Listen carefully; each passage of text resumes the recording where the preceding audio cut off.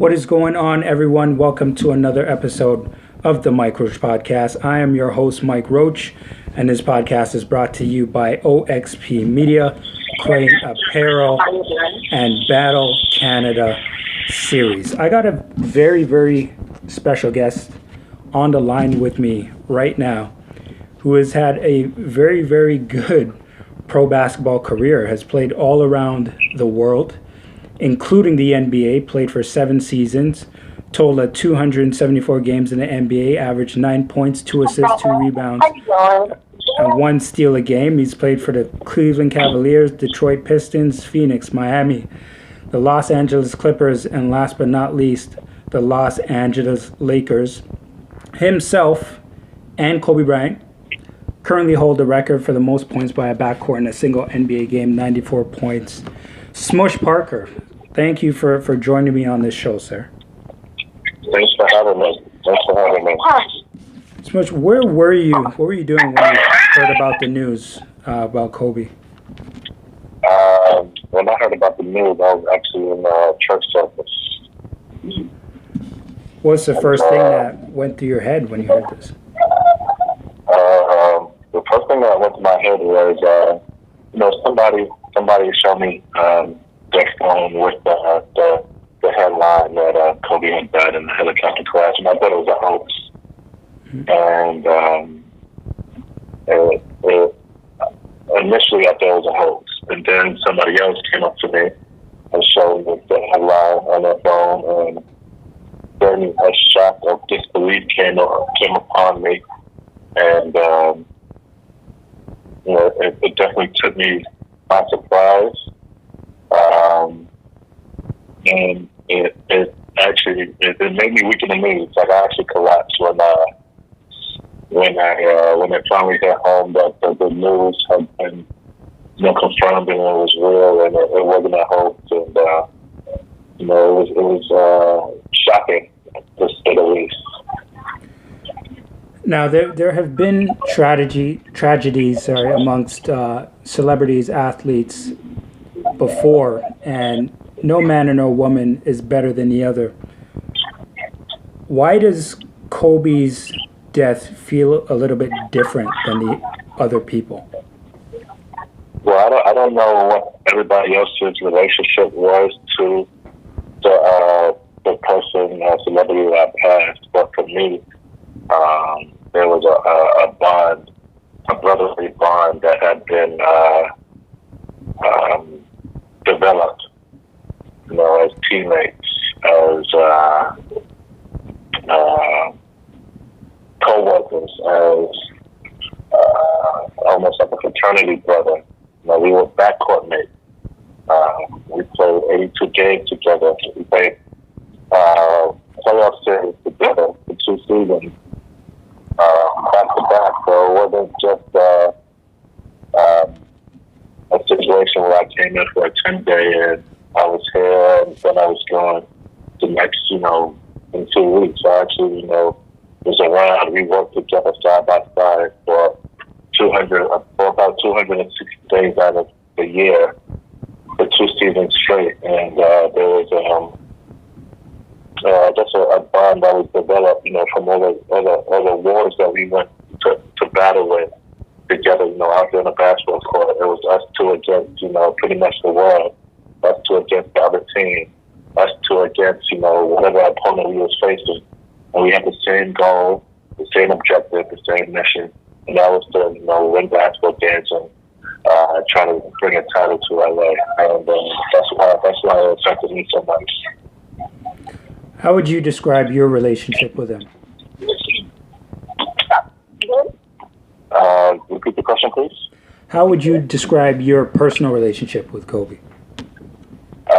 Again, I didn't have much of a personal relationship. I didn't have much of a personal relationship with him off the court. But the relationship that we had was a professional relationship, and it was developed, like I said, in the 2 years that I was there. We had the same goal, the same objective, and as professionals, no matter what it is that you guys, teammate-wise, brother-wise, I have off the court. When you're on the court as a professional, you guys are putting on the same jersey. You guys are representing the same organization. You guys are representing the same city. And that's what we did, and that's what we did night in and night out, and that was the relationship that we had. Is there anything specific that he taught you that you still use to this day? Yeah, Kobe was a man of action. Not much for this is my take, not much for words. You can learn a lot from a guy whose work ethic is so disciplined. There's a lot of people who work hard and don't have the discipline that to work properly or have the perfect work. I'm just gonna say the focus. A lot of people don't have the same focus and the drive that he had. And one thing I learned about him was that he was so focused and disciplined in his approach to the game of basketball. And when I do my inspirational speeches and when I do my coaching and my impartation into the youth, and what I do now, that's some of the things that I teach and talk about is that discipline and that focus and that level of sacrifice and obedience. Do you have any regrets with your relationship with him? Of course, no, I don't live with regrets. Everything that was supposed to happen happened the way God had it so. God doesn't make any mistakes. So I want to say regrets, but at the same time, I wish I was a little bit smarter. I believe everybody wishes that they were a little bit smarter when they were younger and made wiser choices. And I'm not regretful, but again, I do wish that I did make wiser choices with my situation and relationship with Kobe at the time. Now, there was another team, the Boston Celtics, who had a little bit of a public feud. You see guys like Ray Allen and Paul Pierce and Kevin Garnett and Kendrick Perkins.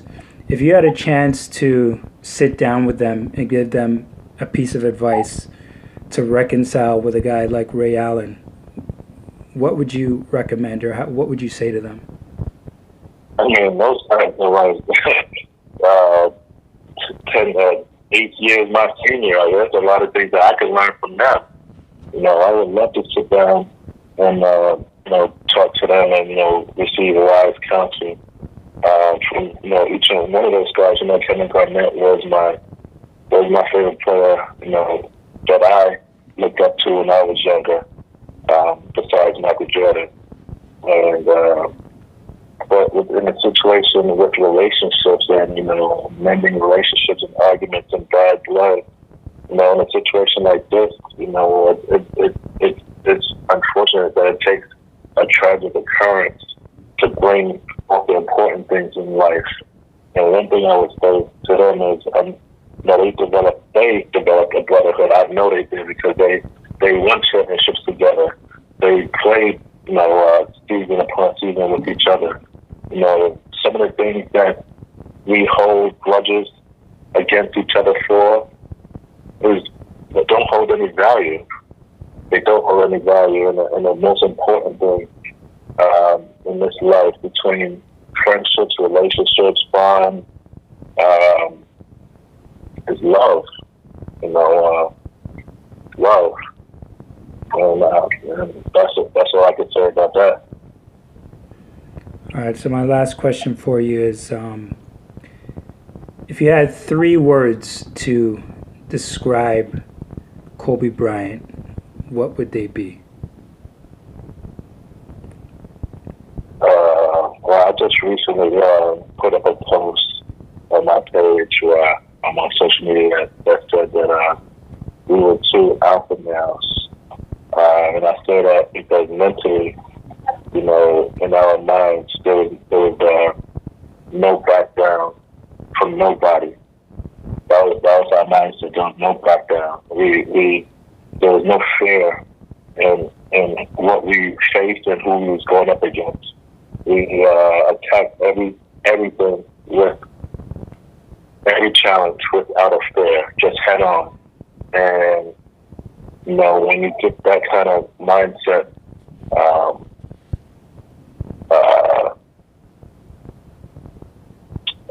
2 months or 3 months, it's on one team. There can only be one head, one leader. Anything with 2 heads is a monster. So one thing I would say is that best control attributes Kobe was he was an alpha male. One, he was focused. Mm-hmm. You know, his level of focus was, you know, at an all-time high. And he was Smush, I want to thank you for... Relentless. Yeah. Relentless. You know, he was relentless. So those are the 3 things I would say. Okay. No. Smush, I want to thank you so much for coming on the show today. I know it's a tough thing to talk about when things like this happen, unfortunately, but I see all the things you're doing on social media. I was speaking to a few people about you, and they see it as well, and they're very proud of you. They wanted me to tell you that, and we hope you keep doing what you're doing, and we pray that you keep us all in your prayers. Thank you very much. No, thank you for having me, Mike. Thank you, man. Have a good night. All right. Have a good night. That is Smush Parker, everyone. Former NBA player Smush Parker. And, I mean, listen, he just kept it real, and he was a good player in the NBA.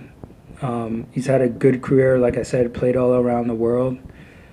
And Smush is doing some very good things with his life right now, so I'm happy to see how his life is going. He got his head on his shoulders, and I'm just really glad to see it. But, man, this thing with Kobe Bryant, I don't even know what to say.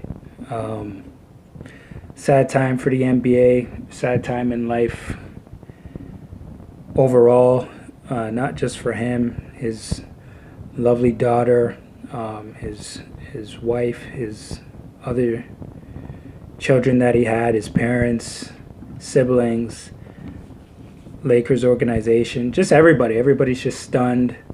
I mean, this is just... I mean, I've seen celebrities and athletes die before, but never like this. Never like this. This is just unimaginable. He's the last person that you would think this would ever happen to, you know, so, I mean, it's unbelievable. It's just unbelievable. I don't even have all the words to say, but, I mean, my goodness. But rest in peace to Kobe and his lovely daughter.